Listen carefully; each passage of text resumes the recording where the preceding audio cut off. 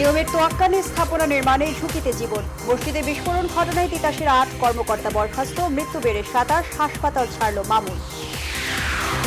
ইয়েনো ওয়াহিদার অবস্থার আরও উন্নতি, আইসিইউ থেকে স্থানান্তর, রিমান্ডে বিশেষ তথ্য দিচ্ছে আসামিরা, এখনও শুরু হয়নি তদন্ত। সশস্ত্র বাহিনীতে মুক্তিযুদ্ধের চেতনায় বিশ্বাসীদের পদোন্নতির নির্দেশনা প্রধানমন্ত্রীর, দেখতে হবে নেতৃত্বের গুণ ও মানসিকতাও। করোনা পরবর্তী রাজনীতি জমে ওঠার আভাস, বড় দুই দলই যাচ্ছে উপনির্বাচনে, আওয়ামী লীগের প্রার্থী চূড়ান্ত, প্রক্রিয়ায় বিএনপিও। দেশে করোনায় মৃত্যু ছাড়ালো ৪,৫০০, টানা ৫ দিন সর্বোচ্চ সংক্রমণ ভারতে।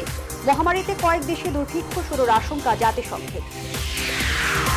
প্রশাসনের অভিযান ঠেকাতে একজোট খাতুনগঞ্জের ব্যবসায়ীরা, দিনভর পেঁয়াজ বিক্রি বন্ধ, অযৌক্তিক বলছে বাণিজ্য মন্ত্রণালয়।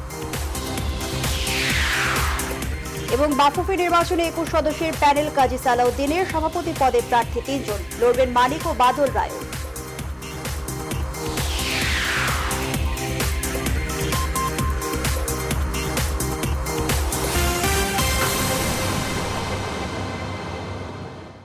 রেইনবো অলরাউন্ডার এক্সটেরিয়র পেইন্ট, বাংলাদেশের আবহাওয়া উপযোগী একমাত্র পেইন্ট। দর্শক সবাইকে আমন্ত্রণ নিউজ 24 রাত 10টার সংবাদে। আপনাদের সঙ্গে আছি আমরা দুজন, আমি তামিমুর রহমান তন্ময় এবং আমি ফারনাজ জুই। শিরোনাম দেখছিলেন, এবারে পুরো খবর। নিয়ম নীতির তোয়াক্কা না করে তৈরি অপরিকল্পিত স্থাপনা এবং অবৈধ গ্যাস ও বিদ্যুৎ সংযোগ কারণ হচ্ছে মৃত্যুর। সবশেষ নারায়ণগঞ্জের মসজিদের ঘটনা কেড়ে নিল বহু প্রাণ, বহু পরিবারকে ক্ষতবিক্ষত করার পাশাপাশি এই ঘটনায় শোকাহত দেশের মানুষ। দুর্ঘটনার সবচেয়ে বেশি ৩৯% ঘটছে বৈদ্যুতিক শর্ট সার্কিটে, ১৮% আগুন ও বিস্ফোরণে। বিশেষজ্ঞরা বলছেন, আইন প্রয়োগ নিশ্চিতের পাশাপাশি অব্যবস্থাপনা দূর করতে না পারলে কমবে না এমন দুর্ঘটনা, বাড়বে প্রাণহানি। বিস্তারিত জানাচ্ছেন হাবিবুল ইসলাম হাবিব। দেশের বড় অগ্নিকাণ্ডের সবশেষ ঘটনা নারায়ণগঞ্জের মসজিদে এসি বিস্ফোরণ। শুধু কেমিক্যাল গোডাউন কিংবা গার্মেন্টস নয়, সব জায়গায় মানুষ বলি হচ্ছে অব্যবস্থাপনার। ফায়ার সার্ভিসের তথ্য বলছে, এসব অগ্নিকাণ্ডের 18% চুলার আগুন থেকে, 39% বৈদ্যুতিক গোলযোগ, 15% সিগারেটের আগুন আর 28% অন্যান্য উৎস থেকে সংঘটিত হয়। গেল এক যুগে অগ্নিকাণ্ডের ঘটনা প্রায় 3 গুণ বেড়েছে। এতে পাল্লা দিয়ে বাড়ছে প্রাণহানি ও আর্থিক ক্ষতির পরিমাণও। গেল বছর 19,642টি অগ্নিকাণ্ডে প্রাণ গেছে 130 জনের, সম্পদ পুড়েছে 386 কোটি টাকার। তবুও কি থামছে অসাবধানতা? 1.5 বছর আগে চুরিহাট্টার কেমিক্যাল গোডাউনের অগ্নিকাণ্ডে নিঃশেষ হয় অসংখ্য তাজা প্রাণ, কিন্তু হতাশার বিষয় হলো হরহামেশাই আবাসিক ভবনের নিচে এখনও চলছে দাহ্য পদার্থের গোডাউনের কাজ। কেউ কয় দানা, কেউ কয় প্লাস্টিক, এগুলো সম্পর্কে আমি কিছু জানি না। আমি না, এটি পড়ে না, সব জিনিস পড়ে না, এটি প্লাস্টিক, হ্যাঁ, পাইপ বানায়। বিশেষজ্ঞরা বলছেন, দেশে শুধু অগ্নিকাণ্ড নির্বাপন ব্যবস্থাপনা জোরদার করে এর সুরাহা হবে না, প্রয়োজন সঠিক মনিটরিংয়ের পাশাপাশি মানুষের সচেতনতা। আমরা আরো ল্যাভিশ হচ্ছি, আরামের দিকে যাচ্ছি। আমাদের এসিগুলি বেশিরভাগ আমরা রিপেয়ার করছি না, রেগুলার মেইনটেনেন্স করছি না, সকল ক্ষেত্রে তাই। এটা আমাদের অসাবধানতা। আমাদেরকে আধুনিক জিনিসের সঙ্গে মিলতে হলে সাবধান হতে হবে। তাদের মতে, ভবন নির্মাণের অপরিকল্পনা তো রয়েছেই, পাশাপাশি আইন শৃঙ্খলার অপপ্রয়োগের কারণে প্রতিনিয়ত বলি হচ্ছে সাধারণ মানুষ। বছর ওয়ারি হোল্ডিং ট্যাক্সের সাথে মিলিয়ে এই বসবাসযোগ্যতার সার্টিফিকেশন নবায়নযোগ্য করে, তাছাড়া কাউকে ভবন ব্যবহার নিষিদ্ধ করার একটি প্রক্রিয়া বের করা প্রয়োজন। এলপিজি এবং পাইপ ন্যাচারাল গ্যাস, এই দুটো কিভাবে সমন্বয় করে সবার মধ্যে এটাকে একটা চয়েস হিসেবে দেওয়া যায়, এইখানে একটা নীতিমালার ব্যাপার আছে। শিগগিরই সেবাদানকারী সংস্থাগুলোর আরও সচেতনতার পরামর্শ তাদের। উন্নয়নের ছোঁয়া যখন দেশের সর্বক্ষেত্রে দৃশ্যমান, ঠিক তখন একের পর এক বড় বড় অগ্নিকাণ্ডের ঘটনা মানুষের হৃদয়কে ক্ষতবিক্ষত করছে। মানুষ পুড়ে অঙ্গার হচ্ছে, কিন্তু তারপরেও বন্ধ হচ্ছে না এ ধরনের অব্যবস্থাপনা। তাই তো সংশ্লিষ্টরা বলছেন যে এর জন্য প্রয়োজন মানুষের সচেতনতার পাশাপাশি সংশ্লিষ্ট আইন শৃঙ্খলা বাহিনীর কঠোর ব্যবস্থাপনা। হাবিবুল ইসলাম হাবিব, নিউজ 24, ঢাকা। নারায়ণগঞ্জে মসজিদে বিস্ফোরণে মৃতের সংখ্যা বেড়ে দাঁড়ালো 27 জনে। হাসপাতালে চিকিৎসাধীন 9 জনের অবস্থা সংকটাপন্ন বলে জানিয়েছেন চিকিৎসকরা। তবে সুস্থ হয়ে একজন হাসপাতাল ছেড়েছেন। Sheikh Hasina burn and plastic surgery হাসপাতালের আবাসিক সার্জন এবং এসব তথ্য জানিয়েছেন। নয়ন বিশ্বাস জানাচ্ছেন বিস্তারিত। শুক্রবার রাতে নারায়ণগঞ্জ শহরের তল্লা এলাকায় বাইতুস সালাত জামে মসজিদে বিস্ফোরণের ঘটনা। এতে অর্ধশত মুসল্লি দগ্ধ হন। গুরুতর 37 জনকে আশঙ্কাজনক অবস্থায় Sheikh Hasina burn and plastic surgery ইনস্টিটিউটে ভর্তি করা হয় ওই রাতেই এক শিশুর মৃত্যু হয়। এরপর চিকিৎসারত অবস্থায় মৃতের সংখ্যা কেবল বাড়ছেই। রোববার পর্যন্ত মৃত্যুর তালিকা হয় 26 জনের। সোমবারও আসে মৃত্যুর খবর। একে একে 27 জন হাসপাতাল থেকে লাশ হয়ে ফিরলেও সেই সৌভাগ্যবান মামুন, যিনি বেঁচে ফিরেছেন। সোমবার বিকেলে তাকে হাসপাতাল থেকে ছেড়ে দেওয়া হয়। তবে ট্রমার মধ্যে রয়েছেন এখনও। সবাই কেউ বেরোতেছে, কেউ সুন্নত পড়তে আছে, এমন টাইমে বিস্ফোরণ করে। সদাই নিয়েছিলাম মুদি দোকান থেকে, এখন যাইতেছিলাম, আস্তে করে দেখি এসিটা বাস্ট হয়েছে। তখন আমি পিছন থেকে ঘুরে আবার দোকানের দিকে চলে গেছি, আমার হাতে লাগছে, অন্য কোনো জায়গায় লাগে না। এদিন চিকিৎসারতদের সবশেষ তথ্য দেন ইনস্টিটিউটের আবাসিক সার্জন ডাক্তার পার্থশঙ্কর পাল। জানান বিস্ফোরণে দগ্ধদের একজন ছাড়া বাকি সবার অবস্থাই সংকটাপন্ন। সবারই তো ইনহেলেশন বার্ন আছে। এই ইনহেলেশন বার্ন আসলে খুবই ডেঞ্জারাস এই বার্ন, কারণ আমরা তো জানি আমাদের শ্বাসনালী পুড়ে গেলে আসলে আর কিছুই থাকে না। যদি 1% লোকের শুধু ফেসটা পুড়ে যায়, শুধু শ্বাসনালী পুড়ে যায়, তবু কিন্তু মারা যেতে পারে। সেক্ষেত্রে বার্নের পার্সেন্টেজ হবে 1%। কিন্তু সেই হিসাবে আসলে আমরা বলতে পারতেছি না যে আসলে ওগুলো আমরা বাঁচাইতে পারবো না। চিকিৎসাধীন বাকি সবাই এখনও আইসিইউ এবং পোস্ট অপারেটিভে নিবিড় পর্যবেক্ষণে। আর কোনো ভালো খবরের আশায় বাইরে স্বজনদের অধীর অপেক্ষা। নয়ন বিশ্বাস, নিউজ 24, ঢাকা। এদিকে মসজিদে বিস্ফোরণের ঘটনায় দায়িত্ব অবহেলার অভিযোগে তিতাসের 8 কর্মকর্তা ও কর্মচারীকে সাময়িকভাবে বরখাস্ত করা হয়েছে। অবৈধ গ্যাস লাইন সংযোগ দেয় কেউ জড়িত থাকলে তার বিরুদ্ধে ব্যবস্থা নেয়ার হুঁশিয়ারি দিয়েছেন কর্তৃপক্ষ। আগামী বৃহস্পতিবার দেয়া হবে তল্লাই মসজিদে এসি বিস্ফোরণের তদন্ত প্রতিবেদন। বিস্তারিত জানাচ্ছেন আলী তালুকদার। নারায়ণগঞ্জ শহরের পশ্চিম তল্লায় মসজিদে এসি বিস্ফোরণে 3 পেরিয়ে তিতাস কর্তৃপক্ষের তদন্ত কার্যক্রম এই কয়দিনে চোখে না পড়লেও সোমবার সকাল থেকে শুরু হয় রাস্তায় জমে থাকা পানি নিষ্কাশন করে খোঁড়াখুড়ির কাজ। স্থানীয়দের অভিযোগ ছিল মসজিদের নিচ থেকে প্রতিনিয়তই বের হতো গ্যাস। এই বিষয়ে মাথায় নিয়ে মসজিদের আশপাশে গর্ত খুঁড়ে বের করা হয় গ্যাসের সংযোগ। প্রাথমিকভাবে চোখে পড়ে গ্যাস লাইনের পাইপে ফাটল। এদিন তিতাসের তদন্ত কমিটির ঘটনাস্থল পরিদর্শন করে। সার্বিক কার্যক্রম দেখে কথা বলেন প্রতিষ্ঠানের জেনারেল ম্যানেজার। তাকে জিজ্ঞেস করা হয়েছে যে আপনি কি ইনফর্ম করেছেন? তখন বলছে যে আমি ইনফর্ম করি নাই। তখন বলছে আমি সেক্রেটারি সাহেবের কাছ থেকে শুনছি উনি নাকি টেলিফোনে কাকে ইনফর্ম করছে। উনি এখন অসুস্থ, উনি হাসপাতালে আছেন। এখন সেক্রেটারি সাহেবের কাছ থেকে যদি আমরা কোনো এই ধরনের কোনো ডকুমেন্টস পাই, টেলিফোনে যদি পাই, কোনো নাম্বার পাই, অথবা মসজিদ কমিটি যদি আমাদের কাছে বলতে পারে যে না আমরা একে ফোন করে জানাইছি, সে তিতাসের লোক হতে পারে, স্থানীয় কন্ট্রাক্টর হতে পারে, এখানে কোনো দালাল হতে পারে, সেটাকে আমরা চিহ্নিত করার জন্য ওনাদের সহযোগিতাটা দরকার। এক যুগেও গ্যাস সংযোগের নতুন নকশা নেই, তবে এলাকা জুড়ে অবৈধ গ্যাস সংযোগকারীদের বিরুদ্ধে ব্যবস্থা নেওয়ার কথা জানান। আশেপাশে যে কানেকশনগুলো দেওয়া হয়েছে সেটা বেশ 15-20 বছরের আগের কানেকশন। আর সামনের দিকে বা ডান দিকে যদি ধরেন, অর্থাৎ মসজিদের উত্তর পাশে, সেখানে আমরা এখন বাড়ি বাড়ি আমরা তল্লাশি করে বা তাদের সাথে কানেকশনগুলো আমরা দেখব, ফাইলগুলো, যে এই কানেকশনগুলো কিভাবে হয়েছে। মসজিদে বিস্ফোরণের তদন্ত প্রতিবেদন আগামী বৃহস্পতিবার জেলা প্রশাসকের কাছে জমা দেওয়া হবে বলেও জানান তিতাসের এই কর্মকর্তা। আলী তালুকদার, নিউজ 24, ঢাকা। 72 ঘন্টা পর্যবেক্ষণ শেষে দিনাজপুরের ইউএনও ওয়াহিদা খানমের শারীরিক অবস্থা আগের চেয়ে ভালো হয়, তাকে আইসিইউ থেকে এইচডিইউতে স্থানান্তর করা হয়েছে। এই ঘটনায় 5 দিন পার হলেও এখনো তদন্ত শুরু করতে পারেনি বিভাগীয় তদন্ত কমিটি। তবে রিমান্ডে আসামিরা গুরুত্বপূর্ণ তথ্য দিচ্ছে বলে নিশ্চিত করেছে আইন শৃঙ্খলা বাহিনীর সূত্র। মৌ খন্দকার জানাচ্ছেন বিস্তারিত। হামলার শিকার দিনাজপুরের ঘোড়াঘাট উপজেলার নির্বাহী কর্মকর্তা ওয়াহিদা খানমের অবস্থার আরও উন্নতি হয়েছে। ঢাকার জাতীয় নিউরোসায়েন্স ইনস্টিটিউট ও হাসপাতালে চিকিৎসাধীন ইউএনওর অবস্থা পর্যবেক্ষণ করেছেন মেডিকেল বোর্ডের সদস্যরা। 72 ঘন্টা পর্যবেক্ষণ শেষে সোমবার দুপুরে চিকিৎসক অধ্যাপক জাহিদ হোসেন জানান, অবস্থার উন্নতি হওয়ায় ওয়াহিদাকে আইসিইউ থেকে এইচডিইউতে স্থানান্তর করা হয়েছে। এইচডিইউতে আমরা নিয়ে যাব এইচডিওতে কিন্তু সার্ভিসটা আইসিইউর মতোই হবে, নিবিড় পরিচর্যা ওখানেও চলবে, কিন্তু আইসিইউতে থাকার জন্য ওনার আর বিশেষ প্রয়োজন নেই, ওনার শারীরিক অবস্থার অনেকখানি উন্নতি হয়েছে। তবে আঘাতের ফলে ডান পাশ এখনও অবশ অবস্থায়, এই জন্য ওয়াহিদা খানমকে নিয়মিতভাবে ফিজিওথেরাপি দেওয়া হচ্ছে। ডাইন পাশটা অবশ ছিল, সেটার কোনো উন্নতি এখন পর্যন্ত হয়নি, কারণ কবে হবে বা কিভাবে হবে বা কতদিন লাগবে আমরা বলতে পারবো না, কিন্তু সেটার জন্য প্রয়োজনীয় যে ফিজিওথেরাপি সেটা আমরা অলরেডি স্টার্ট করে দিয়েছি।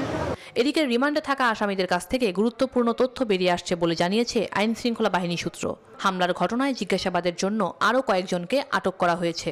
তবে ঘটনায় 5 দিন পার হলেও এখনও তদন্ত শুরু করতে পারেনি বিভাগীয় তদন্ত কমিটি। মৌ খন্দকার, নিউজ 24, ঢাকা।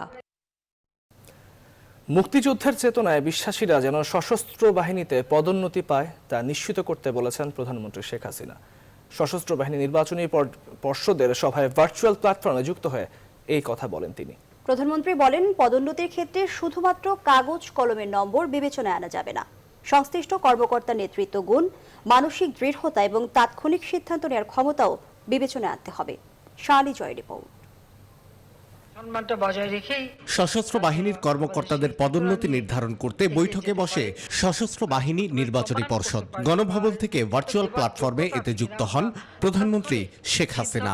কর্মকর্তাদের পদোন্নতি পাওয়ার ক্ষেত্রে কোন বিষয়গুলোকে প্রাধান্য দিতে হবে তা নিয়ে নিজের মতামত তুলে ধরেন সরকার প্রধান। শুধু খাতা কলমে বেশি নাম্বার পাওয়ার না, যারা ফিল্ডে ভালো কাজ করতে পারে, কমান্ড করতে পারে বা নেতৃত্ব দেবার যোগ্যতা আছে কিনা বা তাৎক্ষণিক সিদ্ধান্ত দেবার মতো ক্ষমতা আছে কিনা, সেই মানসিকতা আছে কিনা, সেগুলিও আপনাদের বিচারে আনতে হবে। প্রধানমন্ত্রী বলেন, প্রত্যেক কর্মকর্তাকে হতে হবে দেশপ্রেমিক। আমরা এই দেশ স্বাধীন করেছি লাখো শহীদের রক্তের বিনিময়ে। এই শহীদের রক্ত আমরা বৃথা যেতে দিতে পারি না। আমাদের মুক্তিযুদ্ধের চেতনায় যারা বিশ্বাসী, বাংলাদেশের স্বাধীনতা সার্বভৌমত্বে যারা বিশ্বাসী, যারা বাংলাদেশের উন্নয়নে বিশ্বাসী, নিশ্চয়ই তাদের সেই আদর্শ নিয়েই তাদের চলতে হবে। দেশপ্রেমিক এবং মুক্তিযুদ্ধের চেতনায় যারা বিশ্বাসী হবে তারাই যেন দায়িত্ব পায়। সশস্ত্র বাহিনীকে সার্বভৌমত্বের প্রতীক এবং বাংলাদেশের গর্ব উল্লেখ করে শেখ হাসিনা বলেন, নতুন দায়িত্বপ্রাপ্তদের সেই গৌরব বহন করার শক্তি থাকতে হবে। আমাদের দেশের শাহ আলী জয়, নিউজ 24, ঢাকা। সংসদীয় 5 আসনের উপনির্বাচনে করোনা পরবর্তী মাঠের রাজনীতির প্রথম মহড়ায় মুখোমুখি হওয়ার ঘোষণা দিয়েছে বড় দুই দল। আওয়ামী লীগ ইতিমধ্যেই 2 আসনে প্রার্থী চূড়ান্ত করেছে। বিএনপি এই প্রক্রিয়া শুরু করবে আগামী বৃহস্পতিবার থেকে।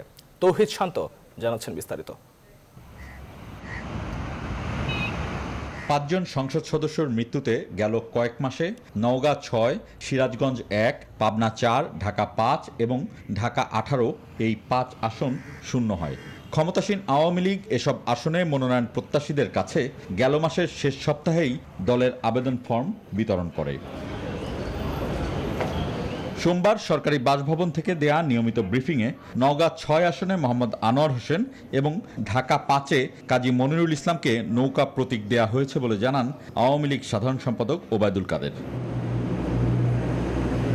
নাম ঘোষণার সঙ্গে সঙ্গে নির্বাচনী মাঠের প্রধান প্রতিপক্ষ বিএনপিকে তিনি আখ্যা দেন নেতিবাচক রাজনীতির ধারক বাহক বলে। সরকারের সমালোচনা করতে গিয়ে দেশকে ছোট করছেন, নেতিবাচক রাজনীতি ও মিথ্যাচার আপনাদেরকে আগের চেয়ে জনবিচ্ছিন্ন করে তুলছে এবং এভাবে চলতে থাকলে আপনারা অপ্রাসঙ্গিক হয়ে পড়বেন। প্রায় একই সময়ে গুলশানে বিএনপি চেয়ারপারসনের কার্যালয়ে সংবাদ সম্মেলন করেন বিএনপি মহাসচিব। জানান, উপজেলা থেকে সংসদীয় আসন সব ধরনের নির্বাচনে প্রতিদ্বন্দ্বিতার সিদ্ধান্ত নিয়েছেন তারা। সংক্রমণ কিন্তু কমেনি ভাইয়া। এ সময় অভিযোগ করেন, নারায়ণগঞ্জের মসজিদে ঘটে যাওয়া মর্মান্তিক দুর্ঘটনা নিয়ে সরকারি বিভিন্ন সংস্থার ভিন্ন ভিন্ন বক্তব্য মানুষকে বিভ্রান্ত করছে। ফায়ার ব্রিগেড তারা প্রথম দিন একরকম কথা বলেছে, বেশ কিছু বক্তব্য শোনা গেছে যে বক্তব্যগুলো বিভ্রান্তিকর। করোনার সময় যে দুর্নীতি বাংলাদেশে হয়েছে, এত দুর্নীতি বোধহয় পৃথিবীর আর কোনো দেশে হয়নি। মিনিমাম যে মানুষের জন্য ভালোবাসা, সেটা পর্যন্ত এদের নাই। আগামী 10 সেপ্টেম্বর বিএনপি তাদের দলের মনোনয়ন প্রত্যাশীদের কাছে আবেদন ফর্ম দেয়া শুরু করবে।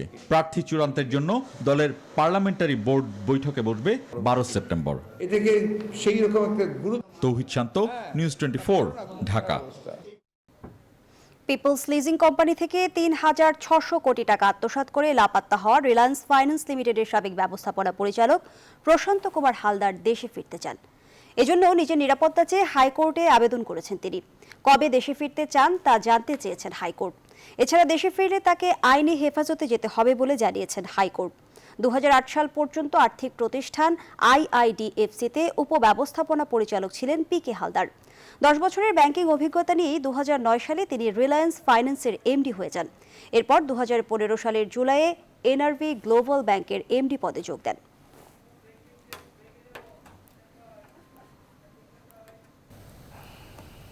দর্শক, এবারে যুক্তরাষ্ট্রের নির্বাচনের খবর। করোনা ভাইরাস মহামারী আর বর্ণবাদ বিরোধী আন্দোলন ও সহিংস দাঙ্গার মধ্যে নভেম্বরে অনুষ্ঠেয় যুক্তরাষ্ট্রের প্রেসিডেন্ট নির্বাচনের প্রচারণা শুরু করেছেন প্রার্থীরা। দ্বিতীয়বার মার্কিন প্রেসিডেন্ট হওয়ার জন্য লড়ছেন ডোনাল্ড ট্রাম্প। প্রতিপক্ষ জো বাইডেনও জোর প্রচারণায় নেমেছেন। মার্কিন নির্বাচন নিয়ে আরো খবর জানাতে নিউ ইয়র্ক থেকে আমাদের সঙ্গে যুক্ত হচ্ছেন আমাদের সহকর্মী সুলতানুর রহমান। সুলতানুর রহমান, আপনার কাছে জানতে চাই, 2020 সালের মার্কিন প্রেসিডেন্ট নির্বাচনের প্রচারণা কেমন দেখছেন এখনো পর্যন্ত? করোনা পরবর্তী সময় বেশ গুরুত্বপূর্ণ নির্বাচন যুক্তরাষ্ট্রের জন্য। আজকে পুরো আমেরিকা জুড়ে ছুটির দিন, কারণ আজকে লেবার ডে।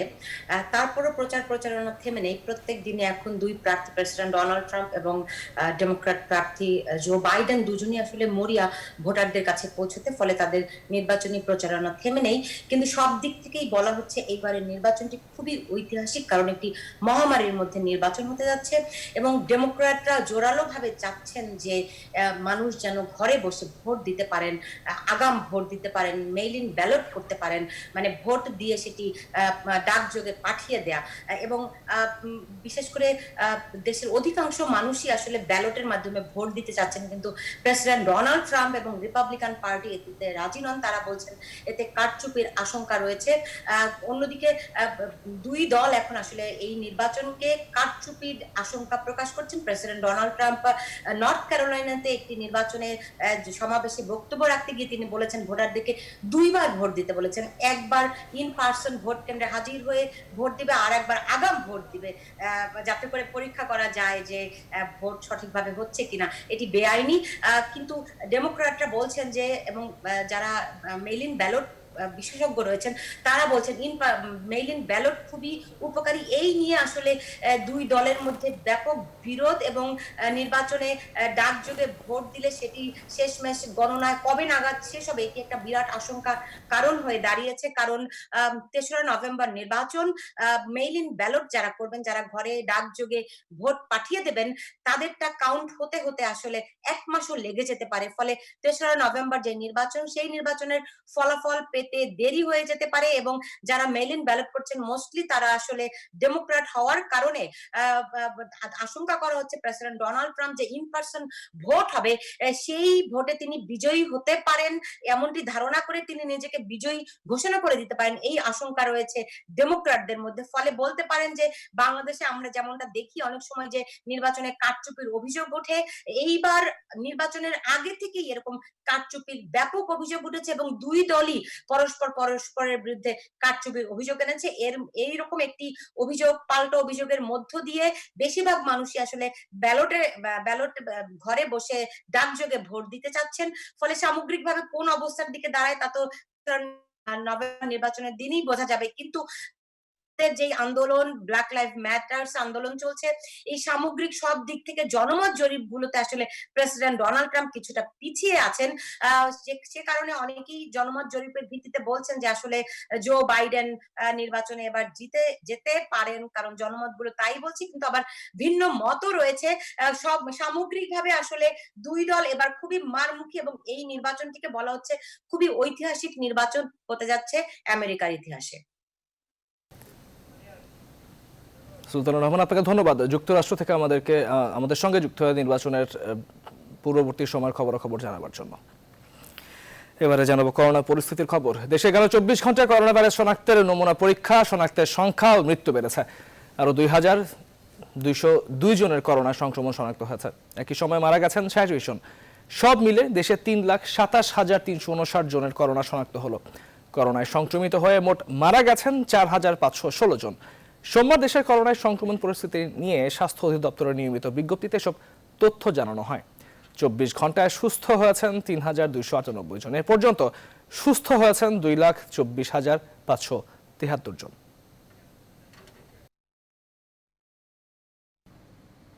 এবার বৈশ্বিক করোনা পরিস্থিতি। কোভিড-19 বিশ্বজুড়ে গেল 24 ঘন্টায় পূর্ববর্তী দিনের চেয়ে সংক্রমণ কমলেও টানা 5 দিন ধরে সর্বোচ্চ সংক্রমণের বিশ্ব রেকর্ড ভেঙেছে ভারত। একদিনে 91,007 শতাধিক আক্রান্তের ঘটনায় সংক্রমণের দিক থেকে ব্রাজিলকে টপকে দ্বিতীয় অবস্থানে দেশটি। বিশ্বজুড়ে আক্রান্ত হয়েছে 2,31,000-এর বেশি, প্রাণ হারিয়েছে 4,129 জন। মহামারীর কারণে কয়েকটি দেশে দুর্ভিক্ষ শুরু হয়ে যেতে পারে বলে সতর্ক করেছে জাতিসংঘ।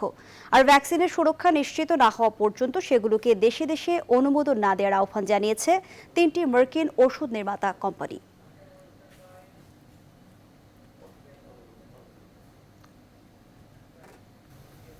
করোনা ভাইরাসে আক্রান্ত হয়ে মারা গেছেন মুক্তিযুদ্ধ জাদুঘরের ট্রাস্টি জিয়াউদ্দিন তারিক আলী।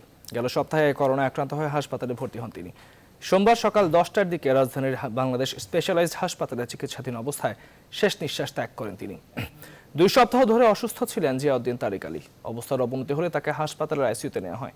সেখানেই চিকিৎসাধীন অবস্থায় তার মৃত্যু হয়। বাংলাদেশের মুক্তিযুদ্ধে গুরুত্বপূর্ণ অবদান রয়েছে তার।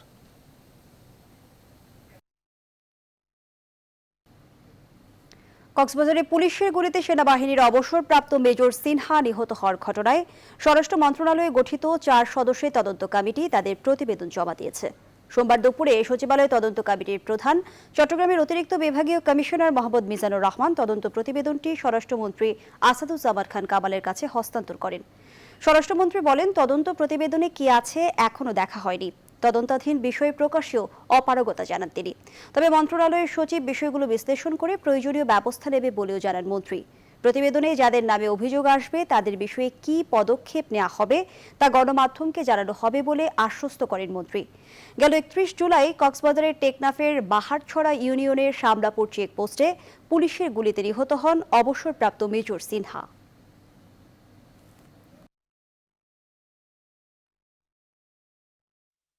পুলিশি তদন্ত চলছে, মানে আদালতের নির্দেশনা অনুযায়ী।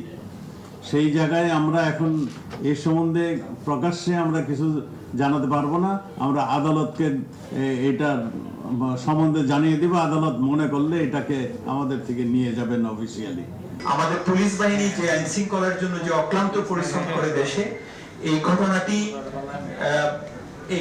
কোনোভাবে তাদের ভূমিকাকে ম্লান করবে না। আমরা নির্ধারণ করেছি যে কারা কারা এই ঘটনার সাথে সংশ্লিষ্ট, সেরকম একটি সম্ভাব্য তালিকা করেছি এবং এটি ইনক্রিমেন্টাল ছিল।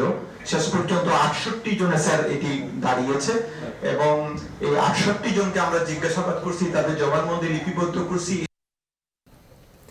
রাজধানীর ফুটপাত দখলমুক্ত করতে উচ্ছেদ অভিযান শুরু করেছে ঢাকা উত্তর সিটি কর্পোরেশন। সোমবার সকালে গুলশান থেকে এই অভিযানের উদ্বোধন করেন মেয়র আতিকুল ইসলাম। এ সময় তিনি বলেন, ঢাকা শহর যে অভিভাবকহীন নয়, এই অভিযানের মধ্যে দিয়ে সেটি প্রমাণ করা হবে। মেয়র জানান, ফুটপাত দখল করে যা কিছুই রাখা হবে তা উচ্ছেদ করে নিলামে তোলা হবে। চাইলে যে কেউ সে নিলামে অংশ নিতে পারবেন। পর্যায়ক্রমে এই অভিযান উত্তর সিটির সব এলাকাতেই চালানো হবে বলে জানান মেয়র আতিক। তিনি দ্রুততম সময়ে নিজ দায়িত্বে সকলকে ফুটপাত থেকে তাদের মালামাল সরিয়ে নেওয়ার আহ্বান জানান। বড় অট্টালিকা ঢাকার মধ্যে হচ্ছে, ভালো কথা, অট্টালিকা হবে, সেটা তাদের ব্যবসা। কিন্তু তারা আমাদের সিটি কর্পোরেশনের ফুটপাতের মধ্যে তারা বিন্দাস, তারা তোয়াক্কা না করে, আইনকে কোনো ধরনের সম্মান না জানিয়ে তারা কিন্তু রড রেখে দিচ্ছে। সিটি কর্পোরেশনকে আমি তাদেরকে নির্দেশ দিয়েছি। আমার সিও সাহেব এখানে আছেন। আমাদের সিটি কর্পোরেশন সকল কর্মকর্তাকে বলেছি, আজকে যেখানে যেই অবস্থায় রড, সিমেন্ট, বালি যা যা কিছু থাকবে, আমাদের বাংলাদেশ আইন অনুযায়ী এগুলা নিলামে হয়েছে। নব্য সংকটে শিমুলিয়া কাঁঠালবাড়ি নৌ রুটে 5ম দিনের মতো ফেরি চলাচল বন্ধ রয়েছে। এতে দুর্ভোগ বেড়েছে দক্ষিণাঞ্চলের যাত্রীদের। তবে লঞ্চ ও স্পিডবোট চলাচল স্বাভাবিক থাকায় গাদাগাদি করে ঝুঁকি নিয়ে পদ্মা পার হচ্ছে অনেকে। সংশ্লিষ্টরা জানান, নব্য সংকট নিরসনে ড্রেজার দিয়ে পলি অপসারণের কাজ চলছে। শিমুলিয়া কাঁঠালবাড়ি নৌ রুট বন্ধ থাকায় দৌলতদিয়া পাচুরিয়া রুটে যানবাহনের চাপ বেড়েছে। তবে অ্যাম্বুলেন্স, প্রাইভেট কার সহ ছোট যানবাহনকে অগ্রাধিকার ভিত্তিতে পারাপার করা হলেও আটকে রয়েছে কয়েকশো পণ্যবাহী ট্রাক। এই অবস্থায় 2 থেকে 3 দিন ঘাটে আটকে থাকায় আর্থিক ক্ষতির মুখে পড়ছেন পরিবহন শ্রমিক ও ব্যবসায়ীরা। এবার ফার্স্ট সিকিউরিটি ইসলামী ব্যাংক অর্থ বাণিজ্যের সংবাদ।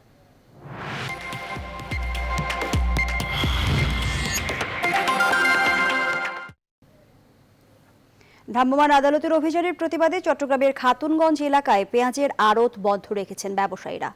সকাল থেকে পেঁয়াজের শতাধিক আড়ত বন্ধ রয়েছে। পেঁয়াজ বেচাকিনি না হয় বিপাকে পড়েছেন ভোক্তারা। বাজার অস্থিতিশীল হলেই অভিযান পরিচালনা করা হবে বলে জানান সংশ্লিষ্টরা।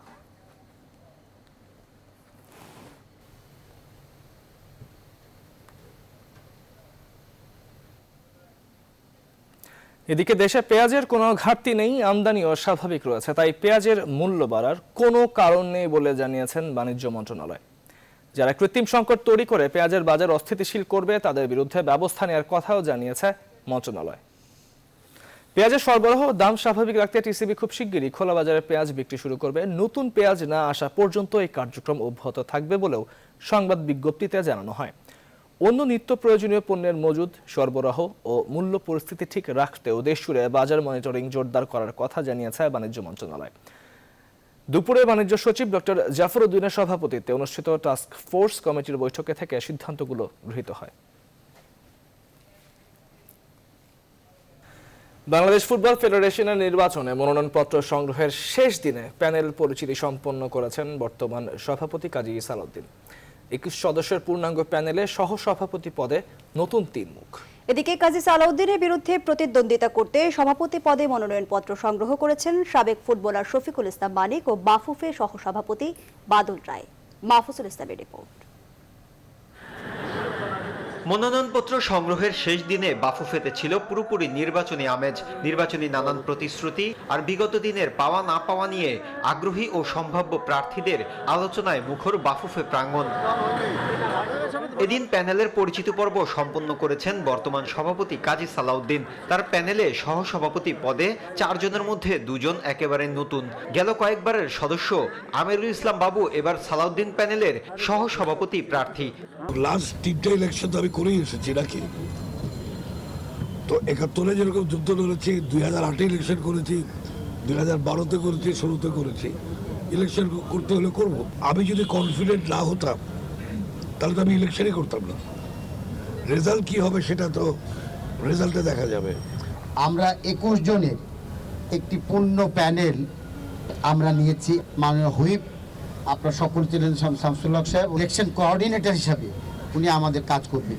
সভাপতি পদে হেভিওয়েট প্রার্থী তরফদার নিজেকে নির্বাচন থেকে সরিয়ে নেওয়ার পর ধরা হচ্ছিল বিনা প্রতিদ্বন্দ্বিতায় আবারও বাফুফের মসনদে বসছেন কাজী সালাউদ্দিন। কিন্তু সবাইকে অবাক করে দিয়ে মনোনয়ন সংগ্রহের শেষ দিনে কাজী সালাউদ্দিনকে চ্যালেঞ্জ জানাতে মনোনয়নপত্র কিনেছেন সাবেক ফুটবলার শফিকুল ইসলাম মানিক। এছাড়াও সভাপতি পদে লড়বেন বর্তমান কমিটির সহসভাপতি বাদল রায়। এদিকে মনোনয়নপত্র সংগ্রহের শেষ দিনে সভাপতি পদে 3 জন, সিনিয়র সহসভাপতি পদে 2 জন, সহসভাপতি পদে 5 জন এবং সদস্য পদে 23 জন মনোনয়নপত্র সংগ্রহ করেছেন। সভাপতি পদে 3 জন মনোনয়নপত্র ক্রয় করেছেন, সিনিয়র সহসভাপতি পদে 2 জন, সহসভাপতি পদে 5 জন এবং সদস্য পদে 23 জন, অর্থাৎ টোটাল 33 জন আজকে মনোনয়নপত্র সংগ্রহ করেছেন। আগামী 3 অক্টোবর বাফুফের নির্বাচন অনুষ্ঠিত হবে। মাহফুজুল ইসলাম, নিউজ 24, ঢাকা। দর্শক, শেষ করছি নিউজ 24 রাত 10টার সংবাদ। এতক্ষণ সাথে থাকায় ধন্যবাদ সবাইকে।